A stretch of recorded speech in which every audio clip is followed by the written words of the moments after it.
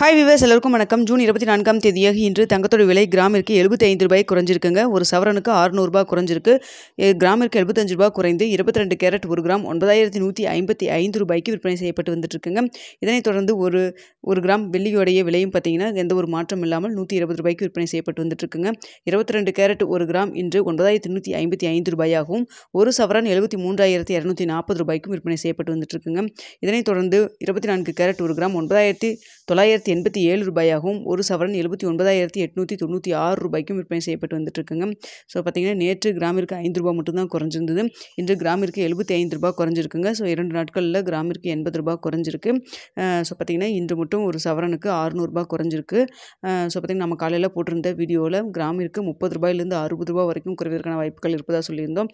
அதனை அடுத்து பார்த்தீங்கன்னா தங்கத்துறை விலை சர்வதேசலையும் குறைஞ்சிருந்தது. அதே போல் US டாலருக்கு நிகரான இந்திய ரூபாயின் மதிப்பு கிட்டத்தட்ட ஒரு 60 பைசா கிட்ட நம்மளுக்கு ஸ்ட்ரென்த்தன் ஆகிருக்குங்க. அதனால் பார்த்திங்கன்னா நம்ம எதிர்பார்த்ததை விட இன்னும் ஒரு ரூ. 15 சேர்த்து ரூ. 75 என்று குறைஞ்சிருக்கு. ஆனால் வெள்ளியோட விலையில் எந்த ஒரு மாற்றம் இல்லாமல் ரூ. 120 விற்பனை செய்யப்பட்டு வந்துட்டு இருக்குங்க.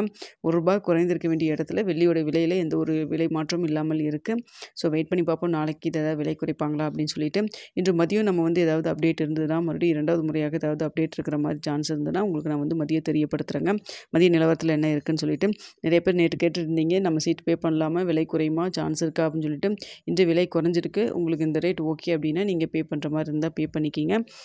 ஸோ பார்த்தீங்கன்னா தங்கத்துடைய விலை போர் பதட்டத்தின் காரணமாக அதிகரிக்கும்னு தான் சொல்லிட்டு இருந்தாங்க. ஆனால் சர்வதேச லெவல்லே குறைய தான் தொடங்கியிருக்கு. போன வாரத்தில் ஃபுல்லாகவே சின்ன சின்ன இறக்கம் இருந்தது. ஆனால் நம்மளுக்கு டாலருக்கு நிகரான இந்திய ரூபாயின் மதிப்பு நம்மளுக்கு வீக்காக இருந்ததுனால நம்மளுக்கு விலை குறைவு ஏற்படலை. ஆனால் இந்த வாரம் பார்த்திங்கன்னா டாலருக்கு நிகரான ரூபாயின் மதிப்பு நம்மளுக்கு குறைஞ்சிட்டு தான், அதாவது நம்மளுக்கு ஸ்ட்ரென்த்தன் ஆகிட்டு தான் இருக்குது.